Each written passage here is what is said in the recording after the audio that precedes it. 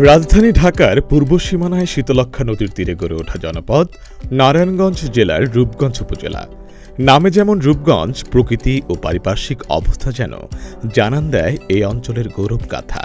শতাধিক বছরের পুরাকীর্তি জমিদার বাড়ি, পৃথিবী বিখ্যাত জামদানি শাড়ির বিশেষায়িত পল্লী কিংবা বিভিন্ন ভোগ্যপণ্য ও প্রসাধনীর বিশাল কারখানা সহ নানা কারণে গুরুত্বপূর্ণ এই রূপগঞ্জ এখানকার মানুষের প্রাণের সাথে মিশে আছে। আয়তনে প্রায় ২৩৫ বর্গ কিলোমিটার এবং ৪ লক্ষাধিক মানুষের এই জনপদের নাম কেন রূপগঞ্জ হল জানেন কি?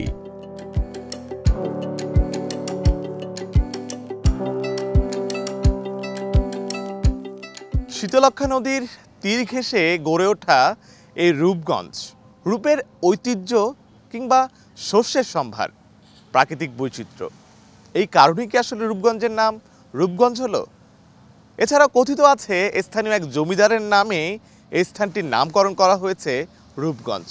চলুন দর্শক শুনে আসি এখানকার স্থানীয়রা এই রূপগঞ্জ নামকরণের ইতিহাস জানেন কিনা, তার সাথে রূপগঞ্জে আর কি কি স্থাপনা রয়েছে সেসব সবকিছুই জানবো আজকের এই প্রামাণ্যচিত্রে।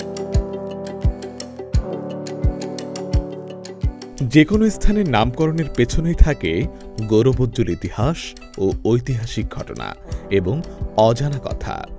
কথিত আছে রূপবাবু নামে এ এলাকায় একজন প্রভাবশালী তালুকদার ছিলেন, তার নামানুসারেই রূপগঞ্জের নামকরণ করা হয়েছে।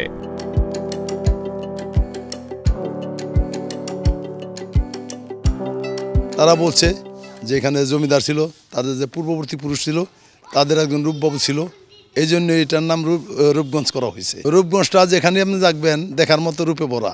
এখানে একটা শীতলক্ষ্যা নদী আমাদের থানার ভিতর দিয়ে বয়ে গেছে, পাশে আছে রূপগঞ্জ থানা।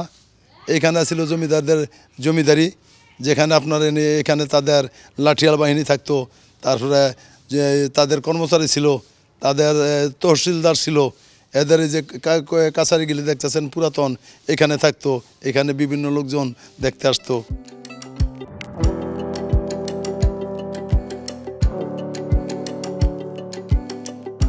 দুটি পৌরসভা এবং ৭টি ইউনিয়ন নিয়ে গঠিত দেশের এক সমৃদ্ধ ও ঐতিহ্যময় জনপদ হিসেবে রূপগঞ্জের রয়েছে গৌরবোজ্জ্বল অতীত। এখানে ইতিহাসের নীরব সাক্ষী, প্রাচীন স্থাপত্যশৈলীর অনন্য নিদর্শন, সবুজ শ্যামল গ্রাম, মুড়াপাড়ায় জমিদার বাড়ি। আজও ঐতিহ্য ও কালের সাক্ষী হয়ে দাঁড়িয়ে আছে এটি। ঢাকা থেকে মাত্র ৩০ মিনিটের পথ। ইট পাথর কোলাহলপূর্ণ রাজধানীর খুব কাছে রূপগঞ্জ উপজেলা পরিষদের কিছুটা পশ্চিমে এই ঐতিহাসিক বাড়ির অবস্থান।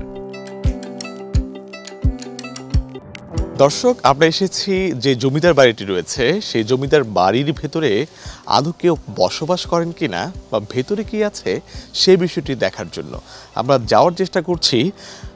প্রথমেই আমরা যেমনটা দেখতে পাচ্ছি এখানটা অনেক পুরাতন বিল্ডিং, মাটির সুরকি দিয়ে তৈরি। আমার সাথে কিন্তু নুমান মুন্না জয় রয়েছেন। জয়, একটু বলবেন কেমন দেখছেন এইখানটায়, ভেতরে এসে কেমন অনুভূতি? তৎকালীন সময় জমিদাররা এখানটায় অবস্থান করতেন, তারা এখানটায় তাদের নানান ধরনের দেশীয় এবং বিদেশি বিভিন্ন ধরনের সংস্কৃতি চর্চা হতো। কেমন দেখছেন আসলে এখানটা এসে? রূপবাবুর আন্ডারে যতগুলো সৈনিক বা আপনার যারা কর্মী ছিলেন তারা হচ্ছে এই জায়গাটা বসবাস করতেন, বিশেষ করে এইখানে। তো আমরা তখন তাদেরকে সিপাহী অথবা আমরা সেনাপতি যাই বলি না কেন, তারা এখানে অবস্থান করতেন। তো এখন হচ্ছে যেহেতু আপনার রাজাবাবু নেই বা রূপবাবু নেই, তো আস্তে আস্তে হচ্ছে কালের বিবর্তন এখানে হারিয়ে যাচ্ছে। তো সেটা হচ্ছে আমাদের জন্য খুবই, এখন আমাদের কাছে খুবই খারাপ লাগে আর কি। ধন্যবাদ। তবে আরেকটি বিষয় আসলে জানিয়ে রাখি, এই যে স্থানটি সেখানে এখন কিন্তু আর যে যারা জমিদাররা রয়েছেন তাদের কাউকে কিন্তু এখন আর তাদের বংশধরকে কিন্তু দেখা যায় না। তো এই যে ভেতরটায় কি রইল সেই বিষয়টি আপনারা প্রত্যক্ষ করতে পারলেন। দৃষ্টিনন্দন এই জমিদার বাড়ি ভ্রমণ পিপাসুদের আকর্ষণ করছে। ঐতিহাসিক স্থাপনাটি পর্যটকদের কাছে খুবই আনন্দের, ফলে ১২ মাস জুড়েই দেশের বিভিন্ন প্রান্ত থেকে অসংখ্য ভ্রমণ পিপাসু ছুটে আসেন এখানে। পাশাপাশি বিদেশ থেকেও অসংখ্য পর্যটক ও দর্শনার্থী ছুটে আসেন এই স্থাপনা দেখতে। আমাদের যেই ইতিহাস ঐতিহ্য যাকে ধরে রয়েছে, মসলিনের পরে যেই জামদানি আমাদের একমাত্র জায়গা হচ্ছে আমাদের এই রূপগঞ্জ। এছাড়াও আমাদের রূপগঞ্জে যে প্রাকৃতিক পরিবেশ, আবহাওয়া এবং পানি, সকল কিছুই হচ্ছে আমাদের এই মানুষের গড়ে ওঠার জন্য অত্যন্ত সুন্দর। এবং সেই জায়গা থেকে আমি একজন রূপগঞ্জে আমার জন্মস্থান হিসেবে আমি অত্যন্ত গর্ব করি যে আমার রূপগঞ্জে জন্ম হয়েছে। আমরা রূপগঞ্জের মানুষ হিসেবে আমরা গর্ববোধ করতে পারি যে আমাদের রূপগঞ্জে ঐতিহাসিক অনেক কিছু আছে যা না দেখে বলার মতন না।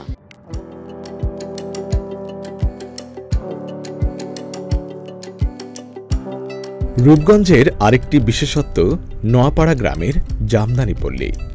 তারাবো পৌরসভার ভেতরেই বিসিকের এই জামদানি পল্লী।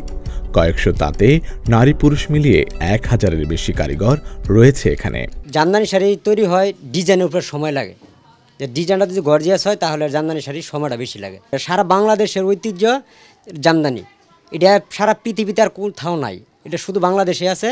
এবং কি আমাদের রূপগঞ্জ থানায় তারাবো পৌরসভায় জামদানি বিসিক, এটা হইল মূলত সরকার আমাদেরকে এই কাজের জন্য এই বিসিকটা দেওয়া হয়েছে। এই কারণে আমরা এই কাজগুলো এখানে নির্বদ্ধ করতে পারি। যুগ যুগ ধরে ওই এলাকায় জামদানি শাড়ি তৈরি হচ্ছে। জামদানি তৈরির জন্য রূপগঞ্জের খ্যাতি দীর্ঘদিনের। কাপড়ে সুতা তোলা, সুতা রং করা আর শাড়ির বুনন ও নকশার কাজে সর্বদাই ব্যস্ত সময় কাটান কারিগরেরা। বর্তমান অবস্থা তেমন নাই, এটার খুবই পরিস্থিতি খারাপ। একসময় খুবই ভালো ছিল, কিন্তু বর্তমান পরিস্থিতি খুবই খারাপ। জামদানি শাড়ির ঐতিহ্য দেশ থেকে সারা বিদেশেই। ছেলে বুড়ো সকলেরই পছন্দ এই জামদানি শাড়ি। রূপগঞ্জের মানুষ যেমন সুন্দর এবং তাদের মেধা এবং দক্ষতা দিয়ে প্রতিদিন তৈরি করে যাচ্ছেন হাজার হাজার জামদানি শাড়ি। আর এই শাড়িগুলো পরলে রূপগঞ্জের মানুষকে যেমন খুব সুন্দর লাগে, ঠিক তদ্রূপ যারা এই শাড়ি পরিধান করেন তাদেরকেও অনেক আকর্ষণীয় ও মোহনীয় হয়ে ওঠে তারা। সুপ্রিয় দর্শক, প্রতিদিনে বাংলাদেশের আমাদের আজকের এই আয়োজন এই পর্যন্ত। সে পর্যন্ত সকলে ভালো থাকুন, সুস্থ থাকুন, নিরাপদে থাকুন, আর হ্যাঁ, প্রতিদিনের বাংলাদেশের সাথেই থাকুন।